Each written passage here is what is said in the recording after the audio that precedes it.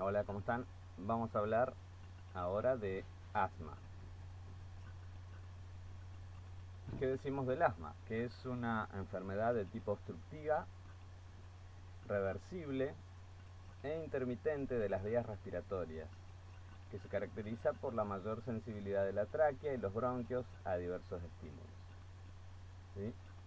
Puede ocurrir una exacerbación aguda, o sea, algún episodio agudo, que dura minutos u horas con periodos asintomáticos en el medio. Cuando coexisten el asma y la bronquitis, la obstrucción se complica y recibe el nombre de bronquitis asmática crónica. Entonces, repito, es una enfermedad obstructiva que es reversible, ¿sí? E intermitente, dice las vías respiratorias. ¿Qué es lo que más se ve afectado? Los bronquios, la tráquea y los bronquiolos. Se puede clasificar en alérgica, que es causada por uno o más alergenos conocidos, como por ejemplo el polvo, el polen, animales, alimentos. Muchos alergenos son ambientales o estacionales. Hay mucha gente que cuando comienza la primavera, ¿sí?, el polen de las flores o las pelusas de los árboles comienzan con alergias. Suele haber antecedentes familiares, generalmente de alergias. La exposición al alergeno desencadena la crisis asmática. Puede ser una asma idiopática, que puede ser desencadenada por infecciones, esfuerzo físico, emociones, estrés, ¿sí? O puede ser mixta, que es la forma más común. Comparte características de tipo alérgica y de tipo idiopática, ¿sí? Puede ser que sea eh, que ya tenga antecedentes, ¿sí?, y que genéticamente sea alérgico, y aparte puede tener debido a cuando sufre emociones o estrés y demás, se despierta la crisis asmática. Fíjense, otro tipo de clasificación es intermitente leve, persistente moderada y persistente grave, ¿sí? En la intermitente leve no tiene más de 2 episodios por semana, ¿sí? Son episodios breves que pueden durar horas o un par de días, de intensidad variable, o puede estar asintomático y velocidad máxima de flujo expiratorio normal, dice, entre 2 episodios consecutivos. Para que entiendan esta partecita, el asma se caracteriza principalmente por la broncoconstricción, ¿sí? O sea, los bronquios se cierran y dificulta la expiración, ¿sí? Por eso dice con velocidad máxima de flujo expiratorio normal, entre 2 episodios consecutivos de asma. Cuando hablamos de persistente leve, y fíjense acá, los síntomas nocturnos, que generalmente aparecen a la noche, al atardecer, no más de 2 veces al mes. La persistente leve tiene más de 2 episodios por semana, pero menos de uno al día. Las exacerbaciones pueden afectar la actividad del paciente. También en síntomas nocturnos puede que tenga más de 2 veces al mes.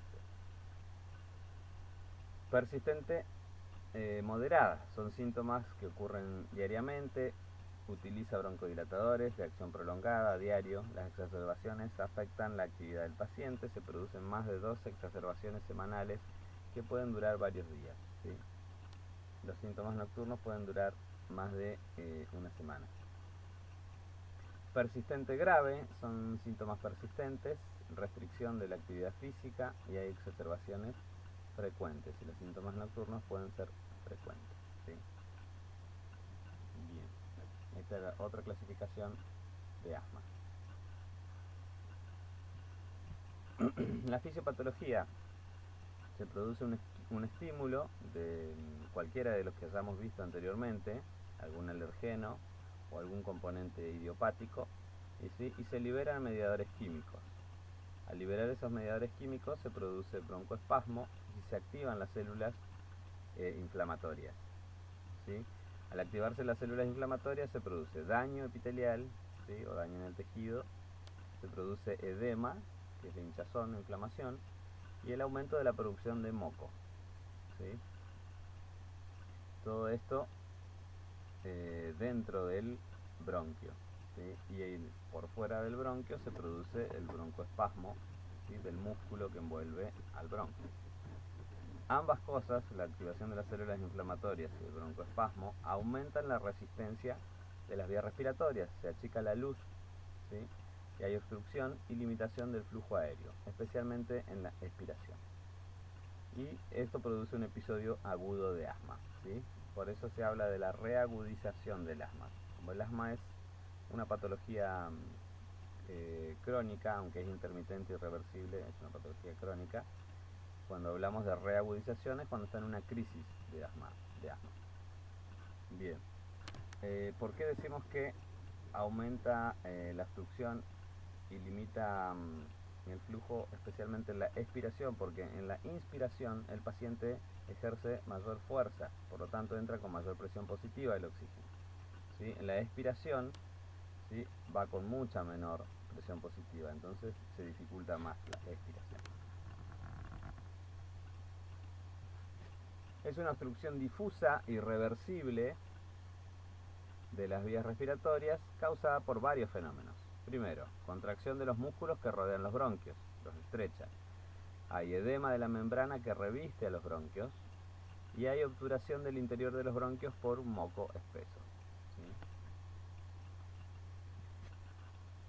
¿sí? Una vez introducido el agente, se produce una descamación y fragilidad del epitelio bronquial, se produce un infiltrado inflamatorio, porque por aquí se activan los eosinófilos y los linfocitos y los mastocitos, ¿sí? Que van contra el agente que ingresó. Hay engrosamiento de la membrana basal, ¿sí? Por depósitos de colágeno y miofibroblastos.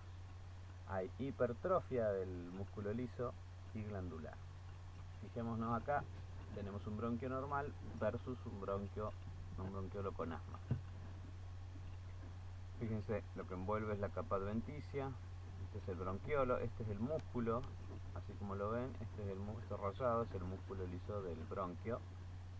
Este es un bronquiolo no obstruido y este es un bronquiolo obstruido porque hizo un espasmo bronquial, ¿sí? Acá hay un broncoespasmo.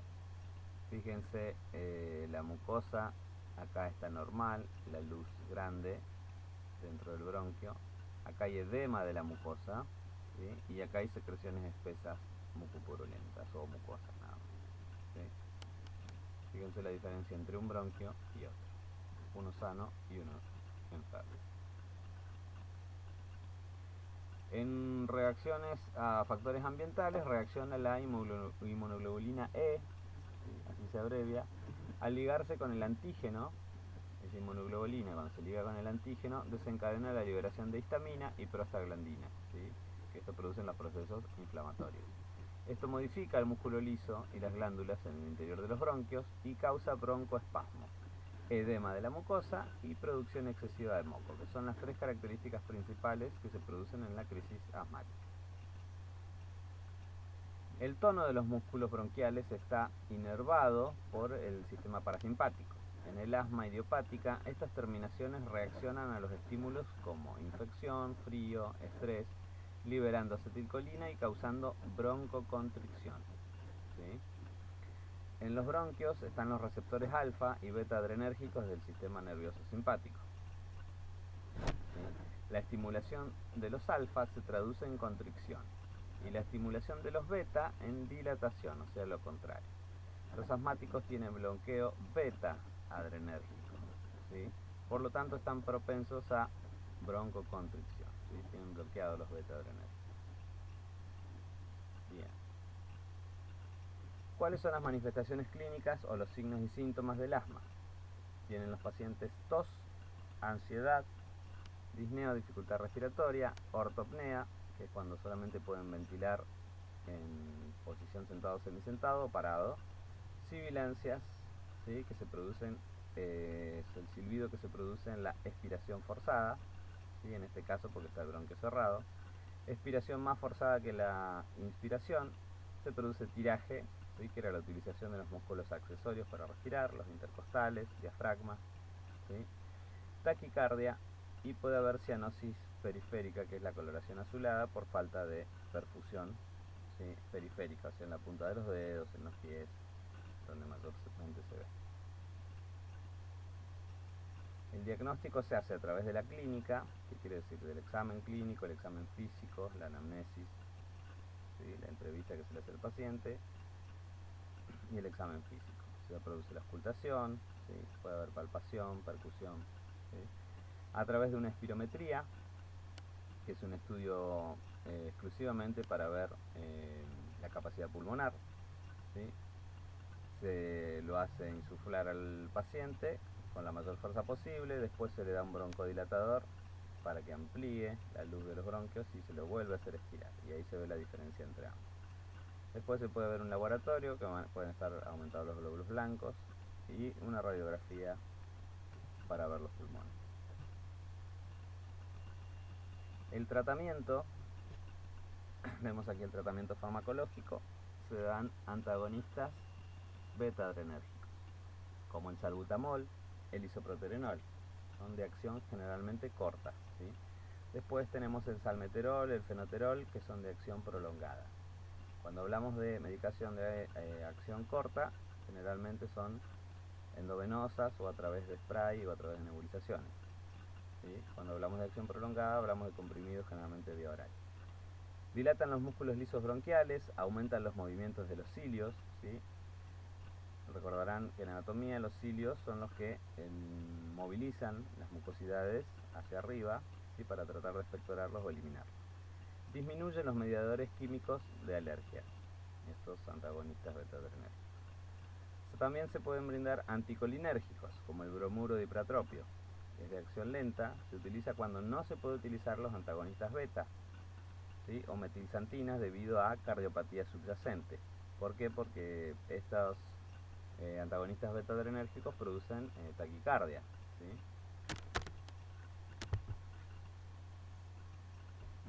Bien, seguimos con el tratamiento farmacológico. Se dan corticosteroides como la fluticasona o dexametasona, se puede administrar en forma de spray, ¿sí? La fluticasona puede ser nasal, igual que la dexametasona. Metilprednisolona o prednisolona, que se puede dar vía oral. Hidrocortisona o dexametasona, que se pueden dar endovenoso en caso de una emergencia. Reducen la inflamación y la broncoconstricción, los corticosteroides. También se pueden combinar el salbutamol, el ipratropio o la fluticasona y el salmeterol, ¿sí? Bien. También podemos dar metilxantinas como la aminofilina o la teofilina. Esto es lo que hacen es relajar el músculo liso bronquial, ¿sí? Aumentan el movimiento de moco y la contracción del diafragma.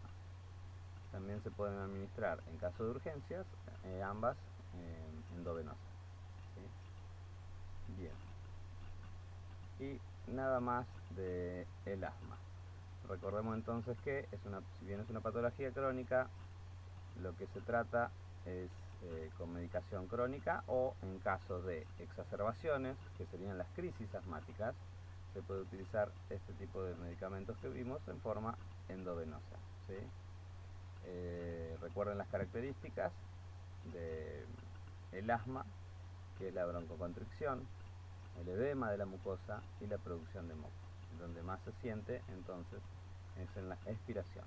Si se ausculta, se pueden auscultar las famosas sibilancias.